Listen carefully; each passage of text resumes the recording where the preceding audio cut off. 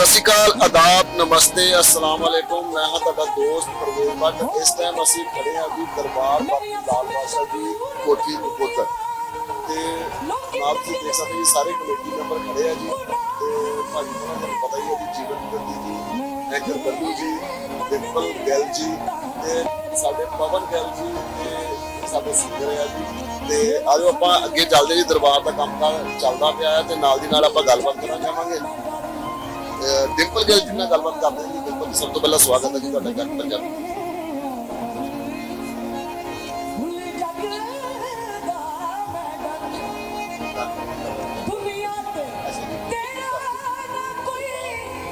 पहला तो जिन्ने दर्शक भी देख रहे हैं, मैं जानकारी दे दूं कि अपना सच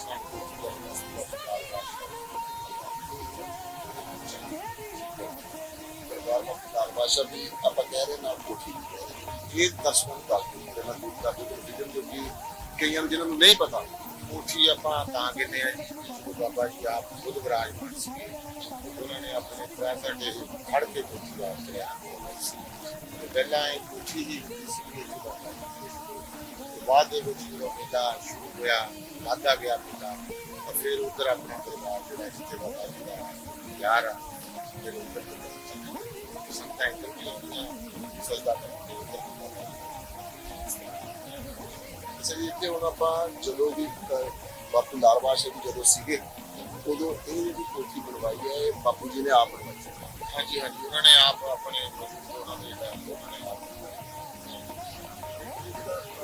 अपना गुम्बद बन के बापू जी के बाद पहली बारी बनना तो पहला भी बनया नहीं, बापू जी तो बाद ही ये बापू का सारी का होया तो बाद च उस तो बाद थोड़ी प्रॉब्लम करके दोबारा साथी सामने ऊपर दिखा वो जो मेन दरबार है जी।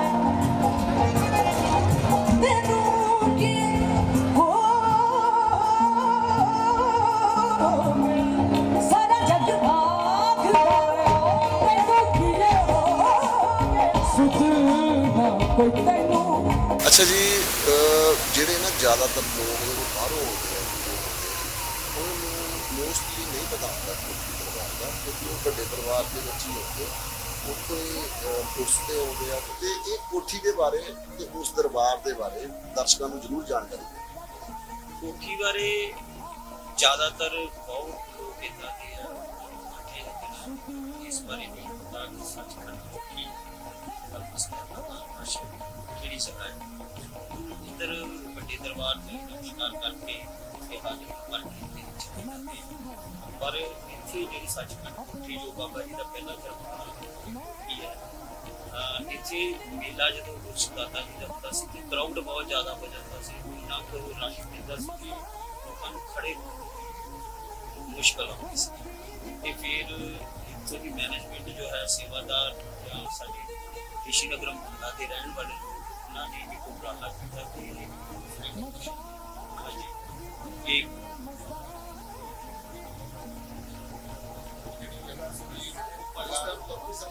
ਹਾਂਜੀ ਉਹਨਾਂ ਦਾ ਬਹੁਤ ਸਹਿਯੋਗ ਸੀ। ਇਹ ਜਗ੍ਹਾ ਭੰਡਾਰੀ ਸ਼ਿੰਗਰ ਸਾਡੀ ਜਗ੍ਹਾ ਸੀ।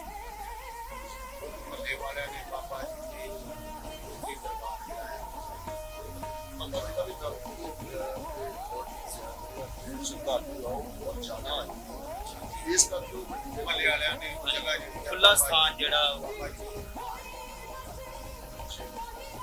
ਅੱਛਾ ਜੀ, ਸਾਡੇ ਦਰਸ਼ਕਾਂ ਨੂੰ ਇਹ ਇਸ ਟਾਈਮ ਜਿਹੜੇ ਬਾਕੀ ਲਾਲ ਬਾਦਸ਼ਾਹ ਸਾਡੀ ਦੁਨੀਆ ਦੇ ਵਿੱਚ ਹੋ ਸਕਦਾ ਕਈਆਂ ਦੀ ਪ੍ਰੋਬਲਮ ਹੋਵੇ, ਉਹਨਾਂ ਨੂੰ ਬਾਹਰ ਦੇ ਦੇਸ਼ਾਂ ਤੋਂ ਇੱਥੇ ਉਹ ਆ ਨਾ ਸਕਣ, ਪਰ ਉਹਨਾਂ ਦੇ ਦਿਲ ਦੇ ਵਿੱਚ ਲਾਲ ਬਾਦਸ਼ਾਹ ਨੂੰ ਦੱਸਦੇ ਕਿ ਇਸ ਟਾਈਮ ਅਸੀਂ, ਕਿਉਂਕਿ ਅਸੀਂ ਵੀ ਕਿਤੇ ਪ੍ਰੋਗਰਾਮ ਕਰਨ ਲਾਈਵ ਕਰਦੇ ਜਾਂਦੇ ਹਾਂ, ਕਿਤੇ ਅਸੀਂ ਦੱਸੀਏ ਕਿ ਅਸੀਂ ਉੱਧਰ ਤੋਂ ਆਏ ਹਾਂ, ਉਹ ਬੰਦੇ ਸਾਡੀ ਇੰਨੀ ਇੱਜ਼ਤ ਕਰਦੇ ਜਿੱਦਾਂ ਅਸੀਂ ਕੋਈ ਸੰਤ ਹੁੰਦੇ ਹਾਂ ਵੀ ਉੱਧਰ ਤੋਂ ਆਏ ਆ ਜੀ। ਤੇ ਤੁਸੀਂ ਦੇਖੋ ਵੀ ਕਿੰਨੀ ਆਪਾਂ ਨੂੰ ਰਿਸਪੈਕਟ ਮਿਲਦੀ ਹੈ। ਇਸ ਟਾਈਮ ਅਸੀਂ ਉਸ ਦਰਬਾਰ ਤੇ ਖੜੇ ਹਾਂ ਔਰ ਉਸ ਕਮੇਟੀ ਦੇ ਵਿੱਚ ਖੜੇ ਹਾਂ ਜਿਹੜੇ ਬਾਬੂ ਲਾਲ ਬਾਦਸ਼ਾਹ ਜੀ ਦੇ ਨਾਲ ਭਾਗ ਲਾਏ ਹੋਏ ਆ ਜੀ। ਉਹਨਾਂ ਦਾ ਆਸ਼ੀਰਵਾਦ ਆ ਤਾਂ ਕਿ ਇੱਥੋਂ ਦੇ ਜਿਹੜੇ ਰਹਿਣ ਵਾਲੇ ਲੋਕ ਆ ਉਹਨਾਂ ਨੂੰ ਬਾਹਰ ਜਦੋਂ ਜਾਂਦੇ ਆ ਕਿਸੇ ਵੀ ਪਿੰਡ ਸ਼ਹਿਰ ਦੂਰ ਦਰੜੇ ਜਾਂਦੇ ਆ ਤੇ ਲੋਕ ਬਾਪੂ ਜੀ ਦੇ ਆਸ਼ੀਰਵਾਦ ਨਾਲ ਉਹਨਾਂ ਨੂੰ ਪਿਆਰ ਕਰਦੇ ਆ। ਇਹ ਬਹੁਤ ਵੱਡੀ ਗੱਲ ਹੈ ਕਿ ਬਾਪੂ ਦੇ ਨਾਮ ਦੇ ਨਾਲ ਇਹ ਨਕੋਦਰ ਦੇ ਰਹਿਣ ਵਾਲਿਆਂ ਨੂੰ ਇੰਨੀ ਇੱਜ਼ਤ ਦੇ ਨਾਲ ਪਿਆਰ ਕਰਦੇ ਆ। ਅੱਛਾ ਜੀ, ਦਰਬਾਰ ਤੇ ਤੁਸੀਂ ਛੋਟੇ ਹੁੰਦੇ ਤੁਸੀਂ ਵੀ ਸਾਰੇ ਆਪਾਂ ਇੱਕ ਇੱਕ ਗੱਲ ਬਾਪੂ ਲਾਲ ਬਾਦਸ਼ਾਹ ਜੀ ਦੇ ਬਾਰੇ ਤੁਸੀਂ ਵੀ ਯਾਦ ਕਰਕੇ ਰੱਖੋ ਵੀ ਕਿਹੜੀ ਗੱਲ ਦੱਸਣੀ ਹੈ। ਆਪਾਂ ਪਹਿਲਾਂ ਤਾਂ ਆਪਾਂ ਆਪਣੇ ਵੱਡੇ ਵੀਰ ਫਿਰ ਆਪਾਂ ਆਪਣੇ ਵੀਰ ਛੋਟੇ ਪਵਨ ਗਿੱਲ ਜੀ ਦੇ ਕੋਲੋਂ ਤੇ ਆਪਾਂ ਡਿੰਪਲ ਗਿੱਲ ਜੀ ਦੇ ਕੋਲੋਂ ਪੁੱਛਾਂਗੇ ਤੇ ਆਪਣੇ ਜੀਵਨ ਜੋਤੀ ਸਾਡੇ ਪੰਜਾਬ ਦੇ ਤੁਸੀਂ ਇਸ ਕਰਿਆ ਕਿ ਇੱਥੋਂ ਹੀ ਬਣੇ ਆ ਜੀ ਤੇ ਨਾਲ ਸਾਡੇ ਹੋਰ ਖੜੇ ਆ ਕਿ ਉਹਨਾਂ ਨਾਲ ਵੀ ਗੱਲਬਾਤ ਕਰਾਂਗੇ। ਸਭ ਤੋਂ ਪਹਿਲਾਂ ਸਾਡੇ ਦਰਸ਼ਕਾਂ ਨੂੰ ਇਹ ਦੱਸ ਦਿਓ ਜੀ ਬਾਪੂ ਲਾਲ ਬਾਦਸ਼ਾਹ ਜੀ ਕੋਈ ਨਾ ਕੋਈ ਇੱਕ ਗੱਲ ਜ਼ਰੂਰ ਸ਼ੇਅਰ ਕਰ। ਬਾਪੂ ਜੀ ਦੀਆਂ ਕਰਾਮਾਤਾਂ ਤੇ ਕਿਆ ਬਾਤ ਹੈ ਜੀ, ਅਸੀਂ ਬਿਆਨ ਨਹੀਂ ਕਰ ਸਕਦੇ। ਪਰ ਮੈਨੂੰ ਅੱਜ ਯਾਦ ਹੈ ਕਿ ਮੇਰਾ ਛੋਟਾ ਵੀਰ ਸਾਮੀ ਮੈਂ ਕਿਹਾ ਵੀ ਬਾਪੂ ਜੀ ਨੂੰ ਅੱਜ ਘਰੇ ਲੈ ਕੇ ਜਾਣਾ ਆਪਾਂ ਜਿੱਦਾਂ ਮਰਜ਼ੀ। ਮੇਰੇ daddy Guru Nanak national college ਦੇ ਵਿੱਚ ਪੀਐਨਸੀ ਦੇ ਕੀਤੀ ਸਾਨੂੰ ਸਰਕਾਰੀ ਕੁਆਟਰ ਮਿਲਿਆ ਹੋਇਆ ਜੀ। ਤੇ ਅਸੀਂ ਰਾਤ ਨੂੰ ਮੈਂ ਪਲੈਨਿੰਗ ਕੀਤੀ ਭਰਾ ਨਾਲ, ਮੈਂ ਕਿਹਾ ਜਿੱਦਾਂ ਮਰਜ਼ੀ ਬਾਪੂ ਜੀ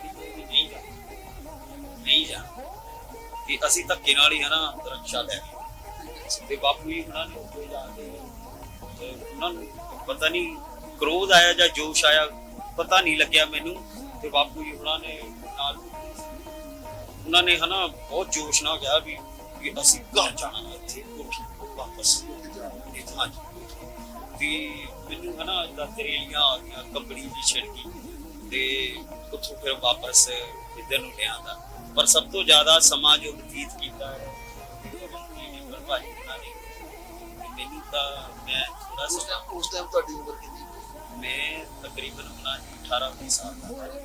ਹਾਂਜੀ ਸਮਝ ਯਾਦ ਹੈ ਸਰ? ਹਾਂਜੀ ਮੈਂ ਮੇਰੀ ਤਕਰੀਬਨ ਏਜ 42 ਹੈ ਜੀ 42 ਸਾਲ ਦੀ ਮੇਰੀ ਏਜ ਆ।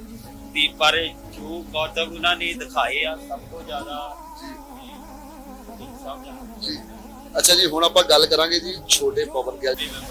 ਇਹ ਹੈ ਗਿੱਲ ਸਾਹਿਬ ਵੀ ਸਾਰੇ ਫੈਮਿਲੀ ਮੈਂਬਰ ਹੀ ਆ, ਪਰ ਇਹ ਛੋਟੇ ਪਵਨ ਗਿੱਲ ਜੀ ਤਾਂ ਕਹਿ ਰਿਹਾ ਮੈਂ ਕਲੀਅਰ ਕਰਨਾ ਚਾਹੁੰਦਾ ਕਿ ਉੱਧਰ ਉਹ ਚੇਅਰਮੈਨ ਸਾਹਿਬ ਜਿਹੜੇ ਆਪਣੇ ਪਵਨ ਗਿੱਲ ਜੀ ਆ ਤੇ ਇੱਧਰ ਇਹ ਛੋਟੇ ਗਿੱਲ ਜੀ। ਅੱਛਾ ਜੀ ਗਿੱਲ ਸਾਹਿਬ, ਹੁਣ ਤੁਸੀਂ ਬਾਪੂ ਜੀ ਦੀ ਕੋਈ ਵੀ ਗੱਲ ਇੱਕ ਦਰਸ਼ਕਾਂ ਦੇ ਨਾਲ ਸਾਡੀ ਸ਼ੇਅਰ ਕਰਦੇ ਹੋ ਕਿਉਂਕਿ ਤੁਹਾਡੀ ਵੀ ਉਮਰ ਮੇਰੇ ਹਿਸਾਬ ਨਾਲ ਨੀਅਰ ਅਬਾਊਟ 45-50 ਦੇ ਲਾਗੇ ਛਾਗੇ ਤੱਕ ਤੇ ਤੁਹਾਨੂੰ ਵੀ ਯਾਰ ਵਧੀਆ ਤਰੀਕੇ ਨਾਲ ਯਾਦ ਹੈ ਬਾਪੂ ਜੀ ਦੀਆਂ ਸਾਰੀਆਂ ਗੱਲਾਂ। ਇੱਕ ਗੱਲ ਦਰਸ਼ਕਾਂ ਦੇ ਨਾਲ ਸ਼ੇਅਰ ਕਰ। ਇਹ ਹੈ ਜਿਹੜੀ ਆ ਆਪਣੀ ਗੱਡੀ ਖੜੀ ਆ ਇਹ ਬਾਬਿਆਂ ਨੇ ਬਗੈਰ ਦੇ ਉਹ ਨਾਲ ਰਹੇ ਆ ਉਹ ਇਹ ਬਗੈਰ ਦੇ ਨਾਲ ਦੀ ਮੜਾ ਜਾ ਮੈਂ ਤੇਲ ਦੀ ਸੁਣੀ ਡਾਊਨ ਹੋ ਲੱਗੀ। ਸਾਈਂ ਜੀ ਕਹਿੰਦੇ ਵੀ ਕੱਪੜਿਆਂ ਵੀ ਬਾਬਿਆਂ ਨੂੰ ਕਹਿ ਦਿਆ ਆਪਣੀ ਗੱਡੀ ਤੇ ਮੈਂ ਤੁਸੀਂ ਕਿੱਥੇ ਗਏ ਸੀ? ਘੁੰਮਣ ਗਏ ਸੀ ਲੁਧਿਆਣੇ ਤੇ ਜਦੋਂ ਮੈਂ ਬਾਬਾ ਜੀ ਨੂੰ ਕਿਹਾ, ਮੈਂ ਕਿਹਾ ਦਾਦਾ ਜੀ, ਇਹੀ ਵਾਲੀ ਸੀ? ਹਾਂਜੀ ਮੈਂ ਤੁਸੀਂ ਦੇਖ ਸਕਦੇ ਜੀ ਇਹੀ ਗੱਡੀ ਸੀਗੀ ਔਰ ਇਸੇ ਗੱਡੀ ਦੀ ਜਿਹੜੀ ਗੱਲ ਇਹ ਕਰ ਰਹੇ ਆ, ਨਕੋਦਰ ਤੋਂ ਲੁਧਿਆਣੇ ਗਏ ਸੀ ਤੇ ਤੇਲ ਵਿੱਚ ਹੈ ਨਹੀਂ ਸੀਗਾ। ਫਿਰ ਜਿਹੜਾ ਗੱਡੀ ਚਲਾ ਕੌਣ ਰਿਹਾ ਸੀ? ਲਵਲੀ ਸਾਈਂ ਚਲਾ ਰਹੇ ਸੀਗੇ ਤੇ ਤੁਸੀਂ ਵੀ ਵਿੱਚ ਹੀ ਸੀ ਤੇ ਤੁਸੀਂ ਵੀ ਕੀ ਕਿਹਾ ਜੀ? ਤੇਲ ਪਾਉਣ ਲਵਲੀ ਸਾਈਂ ਜੀ ਨੇ ਕਿਹਾ ਸਾਈਂ ਜੀ ਨੇ ਸੂਈ ਦੇਖੀ, ਮੈਨੂੰ ਕਹਿੰਦੇ ਬੋਲਿਆ ਵੀ ਸੂਈ ਇਹ ਹੈ ਵੀ ਆਪਾਂ ਇਹ ਤੇਲ ਪਾ ਲਈਏ ਬਾਬਿਆਂ ਨੂੰ ਬਹੁਤ ਵਧੀਆ। ਮੈਂ ਕਿਹਾ ਵੀ ਬਾਪੂ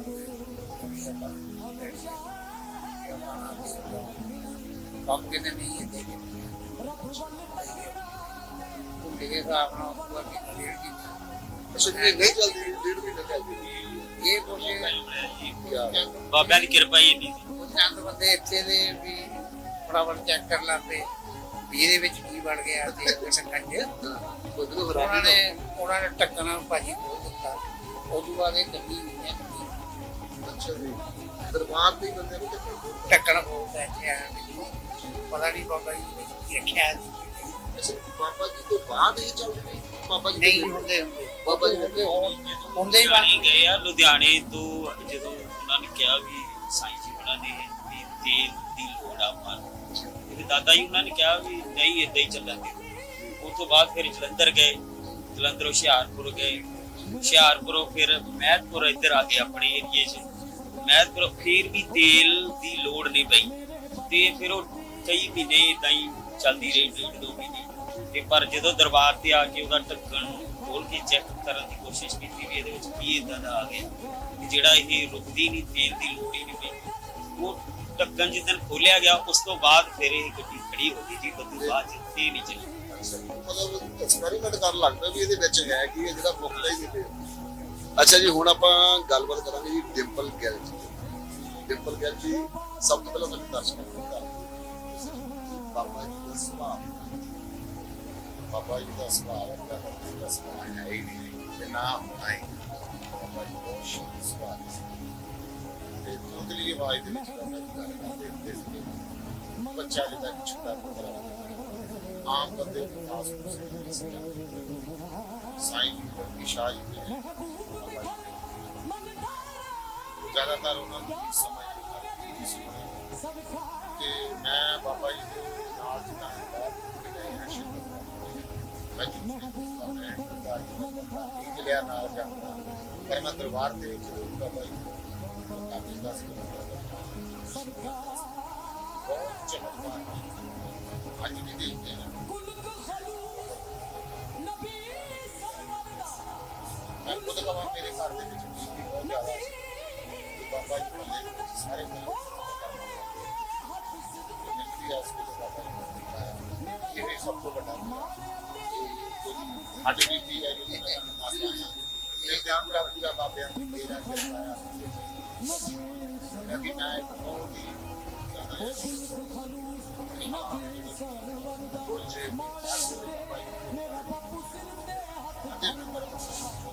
ਬਿਲਕੁਲ ਜੀ, ਕਿਰਪਾ ਤਾਂ ਉਹਨਾਂ ਦੇ ਵੀ ਜਿਹੜੇ ਜੀ ਬਾਪੂ ਜੀ ਦਾ ਸਵੇਰੇ ਨਾਮ ਲੈ ਲੈਂਦੇ ਆ।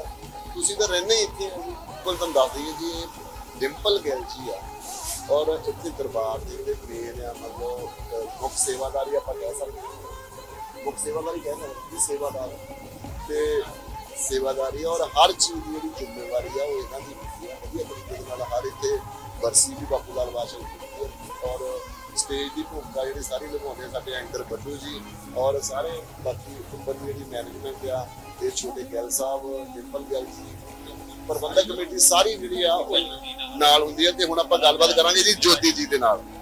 ਅੱਛਾ ਜੀ, ਇਹ ਜੀ ਤੁਸੀਂ ਜਾਣਦੇ ਹੋ ਜੀ ਜੋਤੀ ਜੀ, ਅੱਗੇ ਆ ਜਾਓ ਜੀ।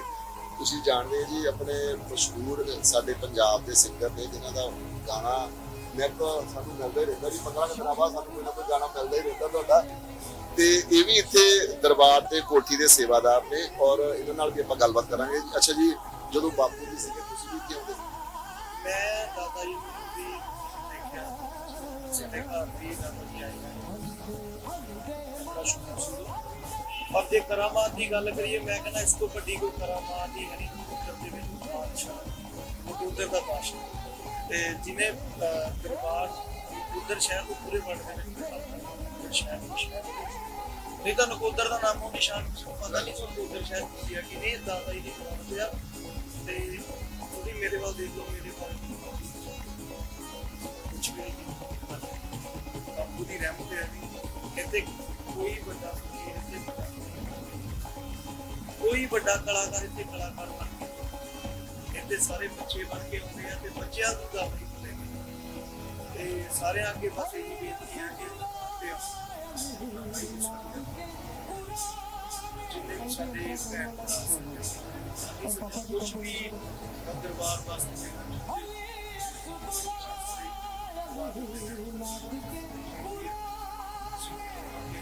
ਜੋ ਜਿੰਨਾ ਵੀ ਜਿਹਦੇ ਕੋ ਸਾਥ ਹੈ ਜ਼ਰੂਰ ਕੁਛ ਵੀ ਜੋ ਵੀ ਜਿੰਨਾ ਵੀ ਕਿਸੇ ਦੀ ਆਪਣੀ ਇੱਛਾ ਆ ਕੋਈ ਸੇਵਾ ਦੇਤਾ ਕੋਈ ਗੁਪਦਾਨ ਦੇਣਾ ਚਾਹੁੰਦਾ ਹੋ ਕੁਛ ਵੀ ਸਾਡੇ ਬਿਲਕੁਲ ਗੱਲ ਜੀ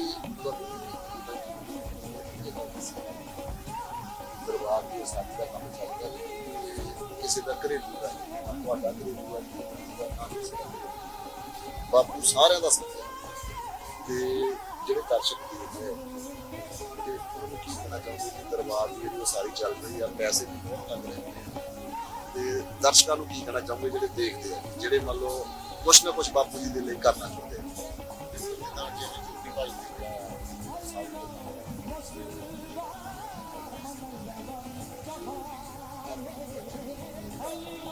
ਇਸ ਪੈਸਾ ਦਾ ਮੰਗਦੇ